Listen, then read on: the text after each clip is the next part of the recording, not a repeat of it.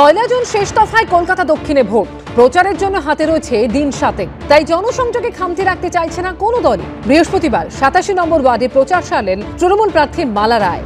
Lake রোডের পথসভায় হাজির ছিলেন বর্ধমান দুর্গাপুরের তৃণমূল প্রার্থী প্রাক্তন ক্রিকেটার কীর্তি আজাদ।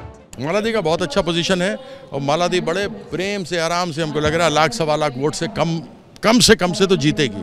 মালা রায় সমর্থনে প্রচার মঞ্চে ছিলেন দেবাশিস কুমার, অরূপ চক্রবর্তী, বৈশানাথ চট্টোপাধ্যায় ও 87 নম্বর ওয়ার্ডের কাউন্সিলর মনীষা বসু সহ তৃণমূল নেতৃত্ব। আমরা ডোর টু ডোর করছি, মিটিং করছি, মনে হয় এবার আমাদের খুব ভালো আমরা রেজাল্ট করব।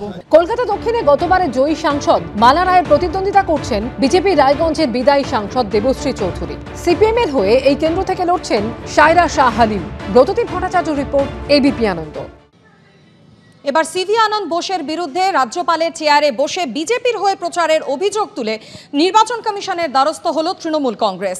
বুকে বিজেপির প্রতীক লাগানো রাজ্যপালের ছবি সহ অভিযোগ জানানো হয়েছে তৃণমূল কংগ্রেসের পক্ষ থেকে।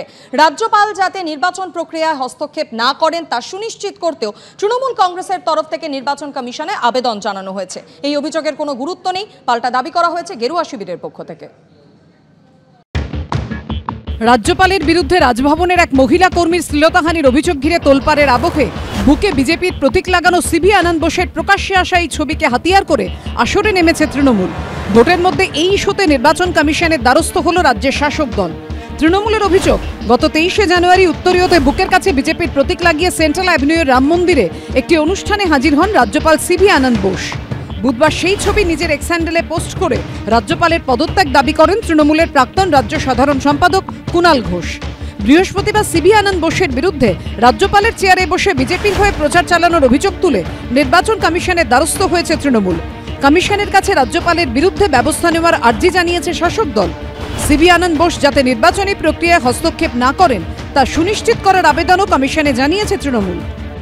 আমাদের পরিষ্কার বক্তব্য, রাজ্যপাল এটার ক্লারিফিকেশন দিন যে তিনি ওই ব্যাজটি পরেছিলেন কি পরেননি।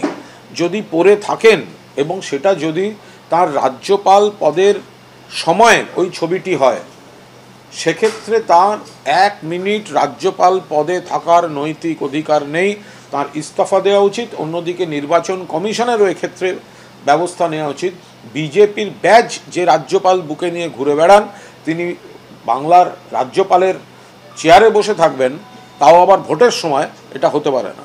তৃণমূল এরকম অনেক অভিযোগ করে, তৃণমূলের অভিযোগকে কেউ গুরুত্ব দেয় না। রাজ্যপালের সাথে নির্বাচনের কি সম্পর্ক? রাজ্যপাল তো নির্বাচনের কোথাও নেই।